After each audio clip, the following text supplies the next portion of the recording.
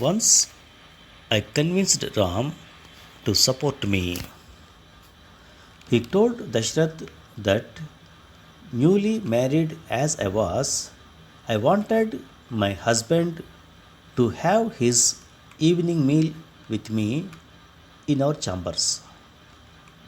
I was homesick and lonely and needed his company. My father in law may not have been pleased, but how could he say no to such a request, especially when presented by his favorite son? Sita would like for you to join us, father, Ram added. She admires you greatly and longs to hear your words of wisdom. And she wants to cook for you with her own hands. At first, Dashrath grumbled, pointing out that he had a weak stomach and that only his chief cook knew what agreed with him. But when I offered to let his cook instruct me, he agreed grudgingly. To his surprise, he enjoyed the evenings more than he had expected to. I stayed in the background, allowing Ram to devote his full attention to him. I cooked the dishes that Dashrath wanted, introducing only one or two Mithilian delicacies. He tried them gingerly and found that he liked them. Over several nights, he grew comfortable enough with me to loosen his waistband after his meal and belch with loud satisfaction. He began to stay on after dinner, telling me stories of his battle exploits. The stories were repetitive and often bloody, but I did my best to look interested and asked questions. Apparently, they were the right questions, for Dashrath told Ram approvingly that I had a warrior's brain. For the occasion of Gauri Vrat, a festival particularly auspicious for couples, I asked my father in law if Mother Kaushalya could join us. He replied with a cautious yes. Next, Ram and I schooled Kaushalya. Dress with simple elegance, be pleasant and cheerful, and stay in the background. No intense conversation, no accusations or weeping. Cook a dish, just one, which you know he likes, but say nothing about it. Above all, enjoy the moment and have no expectations. Kaushalya understood that it was her one opportunity. She did as we instructed. The evening turned out so well that at the end of it, Dashrath suggested that we do this again. And so it was that Kaushalya came to dine with us each week, getting more of a chance to spend time with her husband and beloved son than she had ever had. I was happy to let her instruct my maids or cook some of the dishes. Ram made sure the conversation remained pleasant. At dinner, I dismissed the servants and waited on them myself so that Dashrath could relax without fear that his words or actions would be carried to the other queens. Slowly, he began to talk more to Kaushalya and offer her compliments mostly on her cooking. Happiness transformed Kaushalya. She seemed to grow younger. I tried to downplay our evening meals with Dashrath, but in this palace, rumors travelled like spores borne by summer winds, taking root everywhere. Urmila, always good at keeping up with gossip, came over to my chambers full of excitement. People are saying it is a miracle. Dashrath and Kaushalya have not been on such good terms since they were newly married. They are whispering that you must have put some kind of magical Mythian herb in the king's food because everyone knows how good you are with such things. I grimaced. I had been giving some simple herbal remedies to my mates. In their enthusiastic gratitude, they must have spread the word. In fact, Urmila continued, Mother Sumitra has been badgering me to get her some of this magical substance. We were sitting on the balcony attached to my chambers.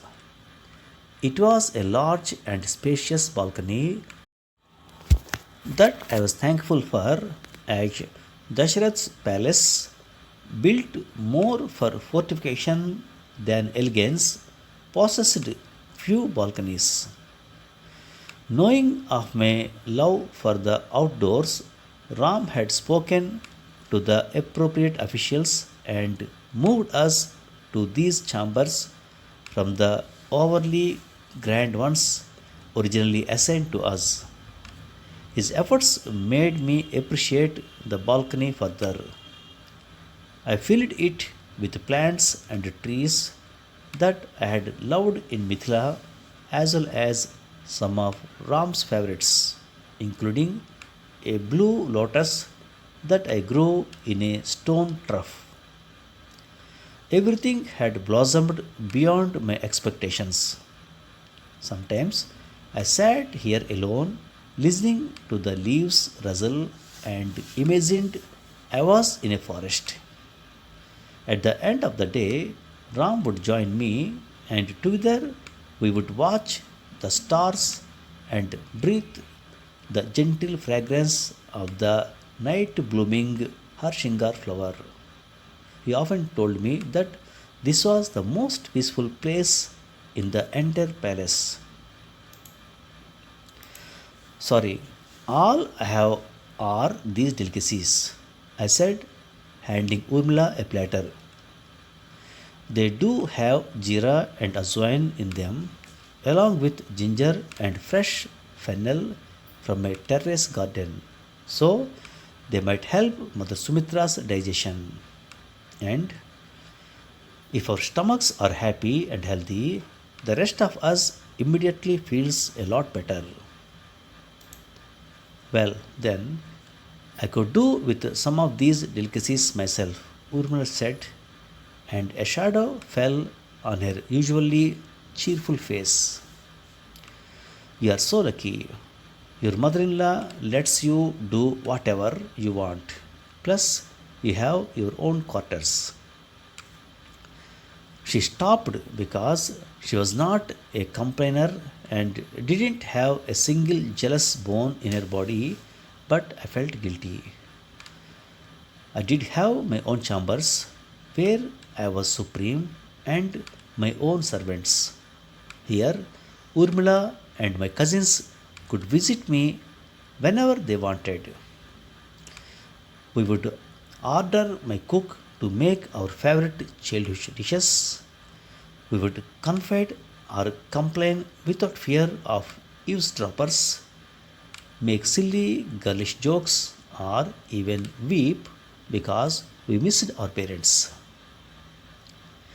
Bharat too had his own quarters. Kaikeyi, who, Urmila said, liked her privacy, had made sure of that Bharat's chambers were spacious and he asked Shatrughna to join him. Shatrughna agreed with such alacrity that Sumitra didn't have a chance to stop him. That worked out very well for Mandavi and Shrutkirti, who helped each other manage their little household without outside interference. Being together kept them from feeling lonely too, but it had made Sumitra more possessive of Lakshman and more determined to control Urmila. I don't mind living with Mother Sumitra, Urmila said, but she wants to be with Lakshmana all the time. She is waiting at the door when he gets back from helping Ram with governing problems. She is the one asking if he is tired and offering him a cool drink. She is the one serving him food and asking him if he wanted second helpings. She sits with us after dinner, asking Lakshman about his day until we go to bed. It annoys him too, I think, but I am not sure. He is too filial to be rude to her, and I can't tell what he is thinking. I usually press his feet, and in a couple of minutes he falls asleep. Why, sister? I don't know Lakshman any better now than I did on the day of my wedding. I certainly didn't expect marriage to be like this. Urmila was on the verge of tears. I thought long and hard, then said, "You'll have to talk to Mother Sumitra. She will never listen to me. What if you tell her that Ram and I are considering having Lakshman and you move into our quarters like Bharat did with Shatrughna, but you are willing to stay on with her because you are fond of her?" My maid entered apologetically. "Sorry to disturb, Princess, but I was told to hand this to you at once." She extended a platter with a scroll on it. Surprised, I picked it up. The expensive cream colored parchment was heavy and soft to the touch and sealed with a red seal I didn't recognize, a tiger in mid spring. I broke the seal and unrolled the parchment. It was an invitation from Kaikeyi to visit her in her chambers this afternoon. It was the first time she had contacted me, although I had been in Ayodhya for months now. Urmila, reading over my shoulder, sucked in her breath apprehensively. "I bet she's not happy about all the time our father in law is spending in your quarters and with Mother Kaushalya instead of with her. I think she has heard the rumors too and wants to figure out what you have been up to." "Careful, sister.